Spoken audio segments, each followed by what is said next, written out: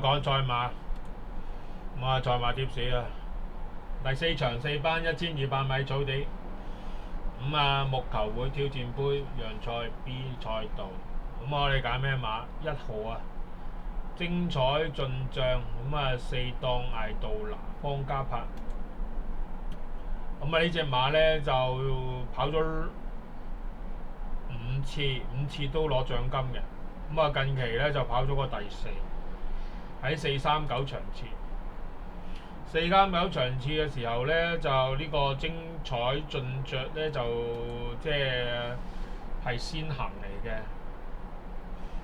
咁啊，佢可以贏咗3隻馬啫，咁啊其實就唔係咁理想。咁啊睇下馬會嘅網頁。咁啊精彩進帳咧呢隻馬咧就好熟喎，嗰隻。偏士嚟嘅喎，佢阿媽咁偏士血系，咁就 Lotamita 血系咁樣，叫做澤星勇氣咁啊！呢隻馬就 O K 嘅喎，真係澤星勇氣 O K 嘅喎。咁啊加埋呢個偏士嘅配種咁樣 ，Lotamita 加偏士咁啊3、4班馬好正常。咁啊49間場次咧就智勝攻略咧贏咗第1，跟住再跑翻個第1，咁啊智勝攻略就超咗班。當時咧就贏咗個短馬頭位嘅啫，咁啊有紅利咧就跑咗第3，跟住跑第5，咁咧就有得贏咧就跑咗個第5，再跑第6，咁啊呢場咧就似乎就好理想啦，因為贏嗰個馬智勝攻略咧再贏翻嘅好犀利，咁啊似乎個時速方面咧似乎係超咗㗎啦，應該個時速就。咁即係可以睇高一線嘅呢個精彩進帳。咁啊，巡溫呢個賽事之前咧，我哋再睇另外一隻馬。嗱咁咧，我哋咧就揀咗隻智勝攻略啦，咁樣。咁啊，喺同場方面咧，我哋再揀多隻嘅喎，其實。我再揀嗰隻咧就係2號嘅多利神區班德禮蘇偉賢。咁啊，呢隻馬咧就同場同呢個多利神區咧就。多利神區同呢個精彩進帳，一個咧就跑第2，一個跑第4嘅，咁啊都係同一個道理啊。咁啊智勝攻略咧贏完之後可以再贏嘅，咁啊多利神區咧即係後上馬嚟嘅，咁咧後上馬嘅速度咧係極速時間23.03，咁啊爭半個馬位，咁你多利神區咧就贏面就好大嘅，咁啊精彩進帳咧就似乎係爭少少。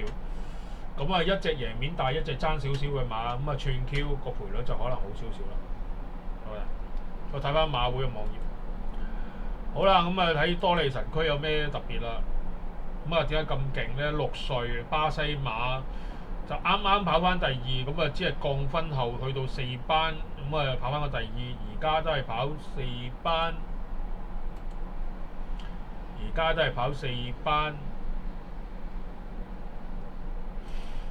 咁啊，大家諗下啦嚇。咁啊，睇下點樣跑啊！咁啊，睇邊隻好咧？睇多利神區啊！咁啊，多利神區咧就係5號嚟嘅。未妥當，二場賽事4班次。好啦，多利神區咧就係5號嚟嘅，咁啊喺後面嘅啫嚇。散得好開啊！5號咧就貼住條欄。多利神區咧跳住條欄跑，咁咧就個速度幾快下㗎，前面嗰啲馬。咁啊，佢以極速嘅時間跑咗第2，今次咧就贏面係幾大嘅。咁啊，再加上係杯賽關係，一定係搏㗎啦。咁啊，上次跑第2，今次杯賽跑應該可能有狀態之下咧，可能個成績就好少少。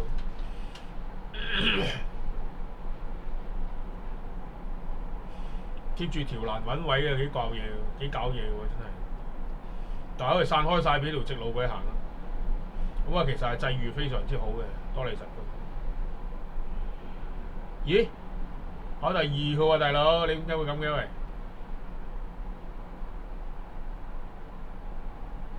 哇！拉屎跑第2，好神奇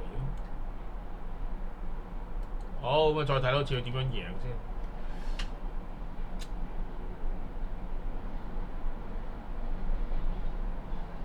12號都好神奇喎，真係呢場波。嗱咁咧就多利神區就睇咗啦，咁啊你睇到個英姿啦，咁樣對於呢個同場嘅第4名嘅精彩進爵，會唔會串翻條 Q 出嚟咧？咁樣咁啊睇下呢場咧會唔會串翻條 Q 出嚟啦？